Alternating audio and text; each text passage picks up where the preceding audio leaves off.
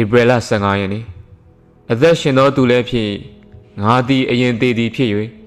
ကဘာဆက်ဆက်အသက်နှင့်ပြည့်စုံ၏ဗျာဒိတ်ကျမ်းအခန်းကြီး1အခန်းငယ်18အချို့သောတမန်ဖြစ်ရများတွင်တိကျခိုင်မာသောအကိုးကားအထောက်ထားများရှိကြပါသည်သခင်ယေရှုပြန်လည်ရှင်ပြန်ထမြောက်ခြင်းနှင့်ပတ်သက်၍ခိုင်မာသောအထောက်ထားများစွာရှိတော်လဲတမန်ပညာရှင်များအနေဖြင့်မသေးကြမီရာသည့်အချက်အလက်များနှင့်ပြည့်နေသည့်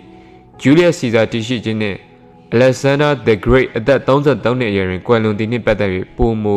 ယုံကြည်ကြပါသည်။တခင်ယေရှုပြန်လည်ရှင်ပြန်ထမြောက်ခြင်းနှင့်ပတ်သက်၍မရေမရာနှင့်တန်တရားမျက်လုံးဖြင့်ကြည်ကြလေသည်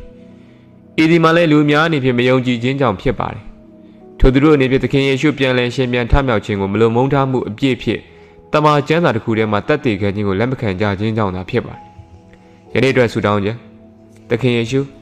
အရှင်ဟာအမြဲတမ်းအသက်ရှင်နေပြီးတော့အရှင်ကိုချစ်တဲ့သူတွေရဲ့နှလုံးသားမှာတည်ရှိနေတာသိရှိပါတယ်။အာမင်။